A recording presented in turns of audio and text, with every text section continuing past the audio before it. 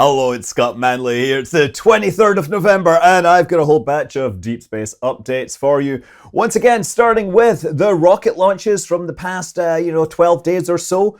Starting on the 11th of November, we had a Chinese Long March 6A from the Taiyuan launch facility, and that carried a satellite into sun-synchronous orbit. It was a Yunhai 3 meteorology satellite. Now, sure, we don't know that much about it. What is notable is that a couple of days after launch, the second stage, which was still in orbit, fragmented into about 50 pieces of space debris. It's not clear what happened, but this is clearly a problem. The stage was left up there. It wasn't safed correctly. It's not really clear. It's about 700 kilometers up, so those 50 pieces of tracked space debris will take a very long time to fall back. Now, the Long March 6A is kind of a new rocket. It's only been launched twice. It's actually closer to the Long March 8 than it is to the 6, but it has these solid rocket motors instead of the liquid motors that the Long March 8 uses. A few hours later, and China launched a Long March 7 carrying Tianzhou 5. And this was, of course, the latest cargo spacecraft to China's space station, and it went from launch to rendezvous to docking in 2 hours and 7 minutes, which is a record for launch to docking to a space station. Although, to be clear, Gemini 11 is still faster, but that wasn't docking to a space station. On to the 12th of November, there was a Falcon 9 launch carrying Galaxy 31 and 32. And this was notable for a Falcon 9 launch because the core stage, the stage was disposed of. Yeah, this booster had been flying. It was its 14th flight, I think, and it had originally flown carrying the Demo 1 mission, the first Crew Dragon to the International Space Station. No crew on board. This isn't the one that has NASA written on the side. This is the previous one to that.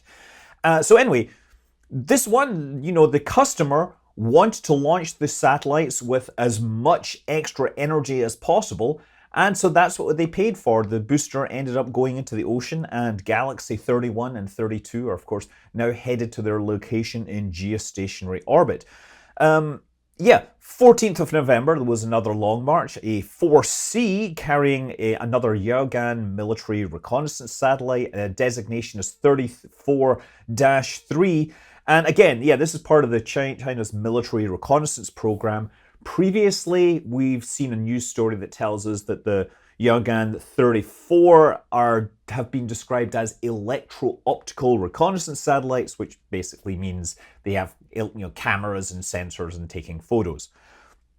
On the 16th, we had another Chinese launch, but it was from the private company Galactic Energy with their Series 1. That's Series with a C, by the way.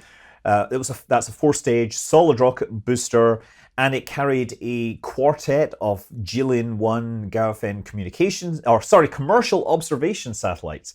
So these are pretty small satellites. I think one source said they're about 42 kilogram spacecraft, and these will provide high cadence optical imagery for commercial customers. I mean, you can literally go and buy this imagery if you want, right? It's publicly available if you want to pay for it. 16th of November, of course, we had the big one. We had SLS after years of anticipation and delays. It finally launched, and it was bright. Yes, I figured out that this would have to be probably the brightest launch ever carried out in the US, for the simple reason that solid rocket motors generally put out more light because their exhaust is so thick, and this had more thrust than anything else launched in the US. So yeah, it was obviously a big dramatic moment. We were up in the middle of the night, and I have to say, I feel kind of bad for the NASA announcer. I think it's Daryl Nail, who had, of course, this speech planned, "We all rise together."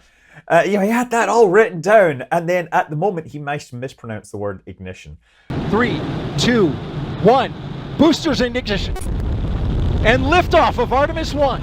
We rise together. Poor guy. But it was a pretty spectacular launch. I think the coverage was lacking in places, but there has been no lack of amazing footage from third-party sources, and we've continued to see it progress out to the moon. And I'll talk more about that later. One thing we did hear is that there has been damage to the launch facilities. It sounds like there was some pneumatic pipes like damaged and destroyed. Those will have to be reinforced and repaired. The access elevator doors were caved in, so that will be a whole bunch of fixes there. But don't worry, SLS doesn't exactly fly often. You will have plenty of time to get this fixed before the next one. Now, yesterday, we were expecting CRS-26 to carry a cargo Dragon to the International Space Station. Notably, this would be carrying a new set of roll-out solar arrays to enhance the power facilities of the space station. However, this was scrubbed with about 3 minutes to go due to weather. But later in the day, we had SpaceX managed to dodge the weather for Eutelsat 10B. This launched towards geostationary transfer orbit, and again, this core booster was disposed of because the customer wanted absolutely the best performance. So yeah, this booster also ditched into the ocean, which means in the last month or so, SpaceX have got rid of 3 boosters, right? Because you've got the Falcon Heavy center core, which was never intended to be recovered either. That extra performance was used to throw the satellites up into a super synchronous orbit where they actually go up above geostationary orbit, and from there it actually takes slightly less delta V to get back down into geostationary orbit. Okay, so yeah, those are all the launches. Also, there was India had a private company launch a Vikram sounding rocket, which is like one of the first privately funded launch providers in India. Worth talking about, but small step there. Looks like there was some damage and it didn't quite achieve the altitude that it expected. So yeah, moving on, let's talk about SLS. Yes, we've obviously been tracking this for the last week or so as it got closer to the moon. Photographers who had flown in to set up their cameras next to the launch site had to stick around a lot longer. They were not allowed back to the closest point because apparently there were concerns that exposed hardware, if it was photographed, could violate ITAR. Yeah, I think the ITAR thing has been overblown, but unfortunately that's the way NASA is working right now. So yeah, there are obviously lots of great shots that I've seen from photographers. Yeah, and from the spacecraft itself. Now, the spacecraft is designed to test the mission. It does have cameras on there, but they're not amazingly high quality. We have seen the Earth getting smaller. We saw the moon getting bigger. We did see images of the spacecraft next to the moon from the cameras that are on the solar panels. Now, these cameras are basically GoPro 4s. I've got a GoPro 4, like right here. It's not amazingly high quality, but it's a well understood piece of technology that has been adapted for the Orion spacecraft. We have also seen, after the lunar flyby, which happened and stuck it into a distant retrograde orbit, there have been photographs that came in from the navigation cameras. So there's a lunar navigation system on board. What it does is it basically takes a picture of the moon, and by knowing how big the moon is and possibly by looking at features, it can basically figure out how far away it's from the moon, which is very helpful. I presume it can do the same thing for the Earth. But that has been able to provide much better quality images because I think it has a much narrower field of view. The GoPros are out on the solar panels and they want to be wide enough to capture as big a section of the spacecraft as possible. So because of this wide angle views, the images of the moon have necessarily been small. The spacecraft is bright and highly reflective. The moon is incredibly dark, so it looks grey or the spacecraft looks washed out. It's very hard to tell. Let me see, in terms of technical proficiency, the mission is doing very well. The solar panels are generating more power than they were required to. The fuel consumption is below the projections or the predictions, so that is all very good. They have excess capability in there, but it's not been without problems. Apparently this morning there was a half-hour outage where spacecraft lost communication. We didn't get anything back from it.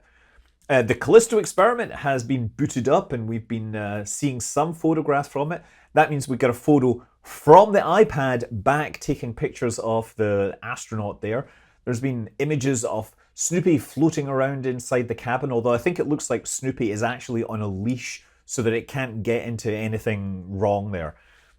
Now, for the 10 CubeSats which were attached to the ICPS, Seems that we've not had a great success rate there. It sounds like as many as 4 of the 10 CubeSats have failed in some significant way. Not all of them have been able to get in contact. NEA Scout in particular has not responded to any hailing frequencies, sadly.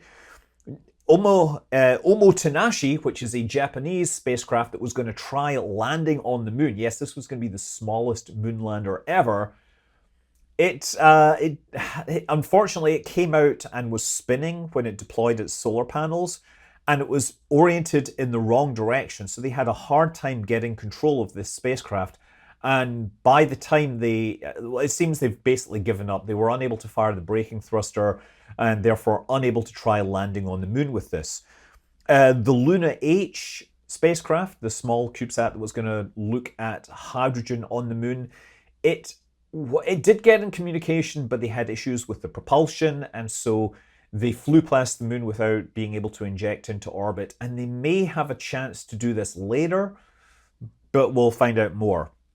We might actually find out some of the causes of the problems, by the way, because one of the CubeSats that did work is Argo Moon, which is a European CubeSat that basically was supposed to come out and then you basically fly along in formation with ICPS, with the interim cryogenic propulsion stage, and get imagery off it doing its job. So anyway, yeah, as I said, the images coming back from the moon, they're very cool that we have them. They're not exactly super high quality, although people have been able to pull out some cool details with a bit of work.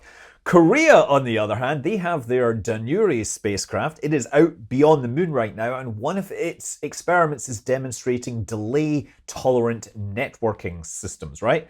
And what they've been doing is basically running IP, Internet Protocol, between the spacecraft, which is out beyond the moon, and the Earth, with, a couple of seconds delay in the packets. And what did they do with that? Well, they sent back some pictures of the moon flying in front of the Earth. That's cool enough. But they also sent back down a video of BTS in their hit pop video, Dynamite. Yeah. K-pop, it gets everywhere, and I love it. Back on Earth, Apple has officially turned on the SOS feature using satellites on their iPhone 14, which means now if you have an iPhone 14, you can make a call for help anywhere in North America and Canada. If you are in Europe, the service will be coming online, I think, in December. And yet, as I pointed out, Apple also launched an iPad into deep space on board Artemis. So they've had a cool couple of days in terms of space stuff. Over at SpaceX in Boca Chica, we had the biggest test to date. 14 engines on their core booster number 7, making a big blast, running for a few seconds. And it looks like, while the test was successful, the thing that failed was the launch pad. There was a bunch of cameras that were close that actually saw fragments of concrete falling back. And the last few days since then, they've gone in and they've tore out the concrete that was there, and they're replacing it with a new formulation, hopefully to make a more robust pad. Now, the concrete that they had in there already was a type called Martite, which has already used in flame trenches and things like that, where you need to have very well sealed high temperature concrete. They've presumably got something better than that, and I won't be surprised if they actually put in some kind of metal flame diverter to at least break up the stream a little. They're still waiting for the concrete to set, I imagine, at this point.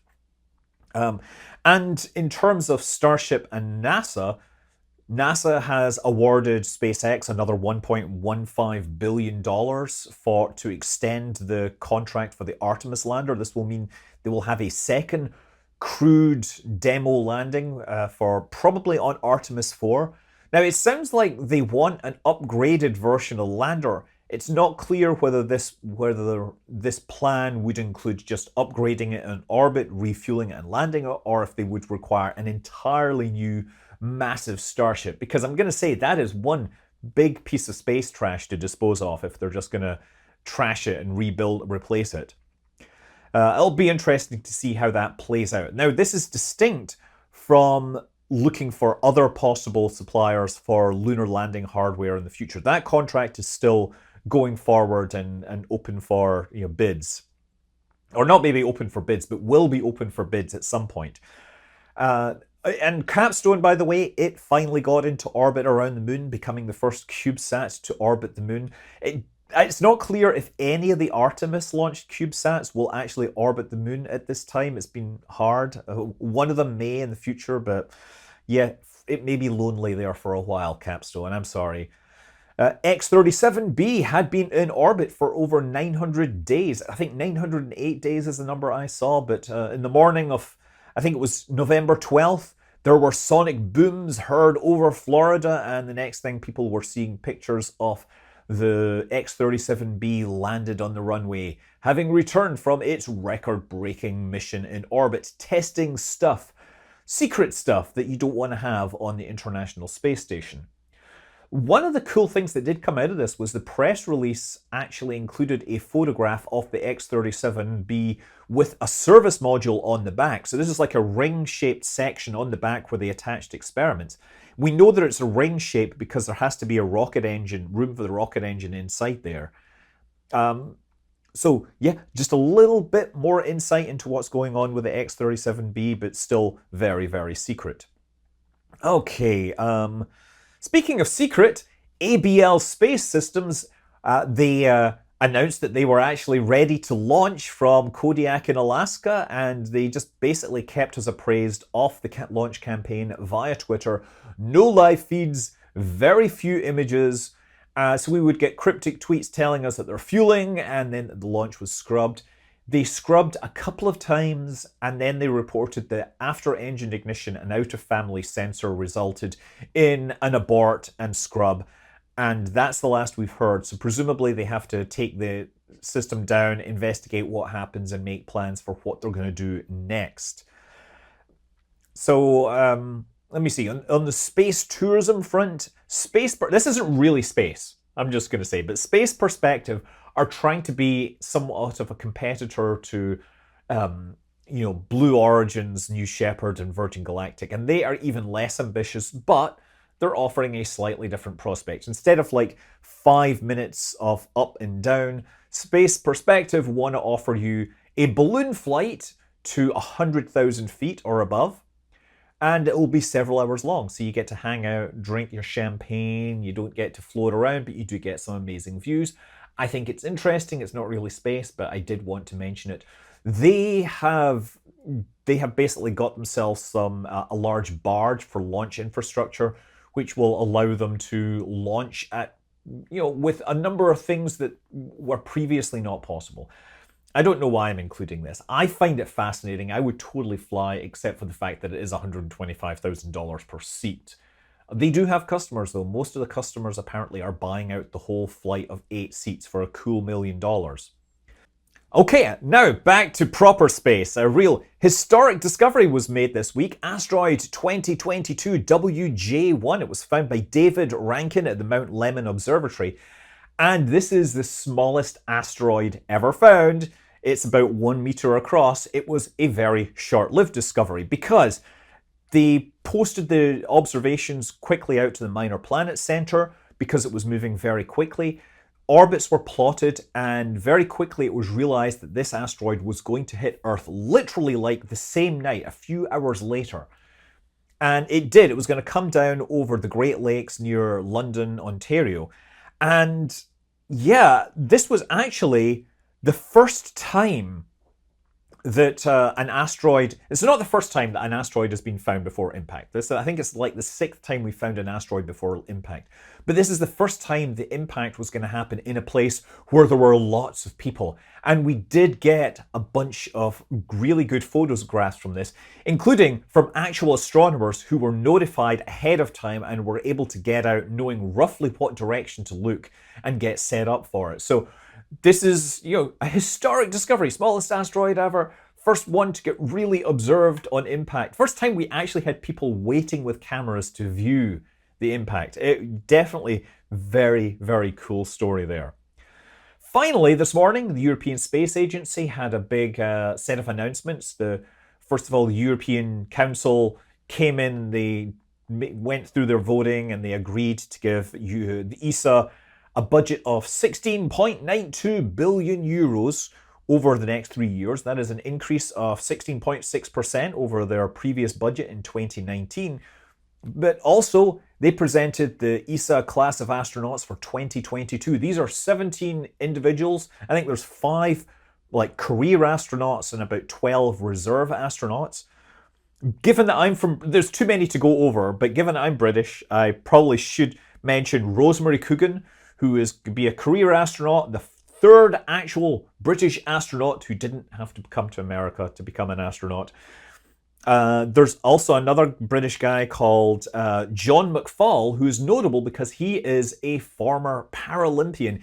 He had his right leg amputated above the knee back in 2019 from a motorcycle accident, but he got a prosthetic leg and he became a runner and he won medals. So this is going to be the first case of an astronaut hired or recruited with a major disability. And it's not even a disability. Clearly, this is an immensely capable individual. And I hope that we get to understand that space really is for everyone. It doesn't matter in 0G whether you have legs or not. Well, it doesn't matter as much. Also, there's Megan Christian, who is going to be a reserve astronaut, and I'm sure she'll have lots of amazing stories to tell as well. So that is my deep space updates for the day. I'm Scott Manley. Fly safe.